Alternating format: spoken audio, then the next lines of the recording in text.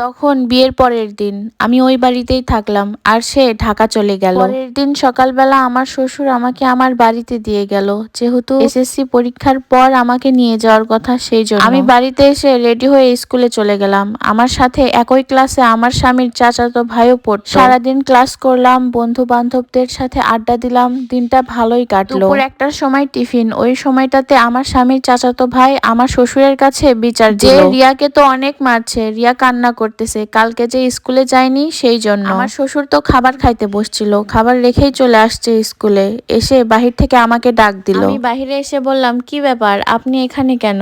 আমার শ্বশুর বলতেছে, কোন স্যার তোমাকে মারছে? তুমি সেই স্যারের নাম বলো, একদিন সমস্যার কারণে তুমি স্কুলে আসতে পারোনি, সেই জন্য কি তোমাকে মারবে? আমার শ্বশুর তো অনেক রাগারাগি করতেছে। তখন আমি আমার শ্বশুরকে বুঝিয়ে বললাম, আপনার সাথে হয়তো কেউ মজা করেছে, আপনি বাড়িতে চলে যান। আমি তো মনে করছি আমার শ্বশুর বাড়িতে চলে গেছে, কিন্তু ক্লাস শেষ করে বের হয়ে দেখি আমার শ্বশুর আমার জন্য বাজারে বসে আছে। আমি তখন রাস্তায় তার সাথে কথা বলিনি, আমি হেঁটে হেঁটে বাড়িতে চলে আসছি। প্রচন্ড বৃষ্টি হচ্ছিল, তার মধ্যে আমার শ্বশুর আমার পেছনে পেছনে চলে আসছে। আমার শ্বশুর আমাকে অনেক ভালোবাসতো। আসার সময় দেখি আমার ননাস আমার জন্য দাঁড়িয়ে আছে, সে বলতেছে বাড়িতে আয়। আমি বললাম ভিজা কাপড় নিয়ে বাড়িতে যাব না। তখন সে বলতেছে বাড়িতে একটু কাজ আছে। তখন আমিও চলে গেলাম। আমার ননাস আমার কাছে একটা নাম্বার দিল। আমি তো প্রথমে ভেবেছিলাম এটা আমার স্বামীর নাম্বার। আমি জিজ্ঞাসা করলাম এটা কার নাম্বার? তখন সে বলল এটা আমার নাম্বার, তুই তোর বাড়িতে গিয়ে আমাকে ফোন দিস। আমার ননাস আমাকে তুই তুই করে বলতো। আমি স্কুলে যাইতাম, প্রাইভেট পড়তাম, মাঝে মাঝে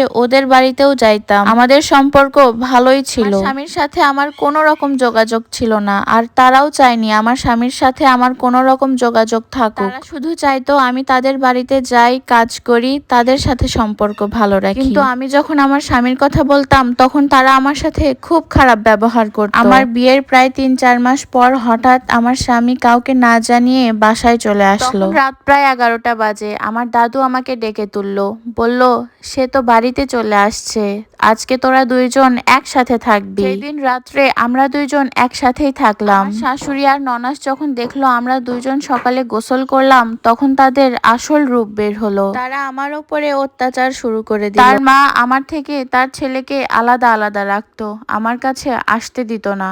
কিন্তু আমার শ্বশুর ছিল অত্যন্ত ভালো মানুষ। 2 দিন পর আমার স্বামী ঢাকা চলে গেল।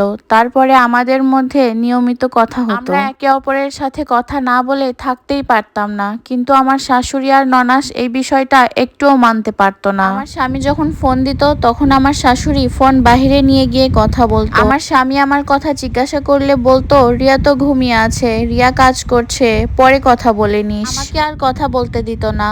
এমন করতে করতে প্রায় 1 মাস হয়ে গেছে। 1 মাস পর আমার স্বামী ছুটিতে বাড়িতে আসলো। তারপর তার সাথে আমার সম্পর্ক আবার আগের মতো হয়ে গেল। কিন্তু দিনের বেলা আমার শাশুড়ি আর আমার ননাস আমার স্বামীকে আমার কাছে আসতেই দিত না, ধরে ধরে রাখতো।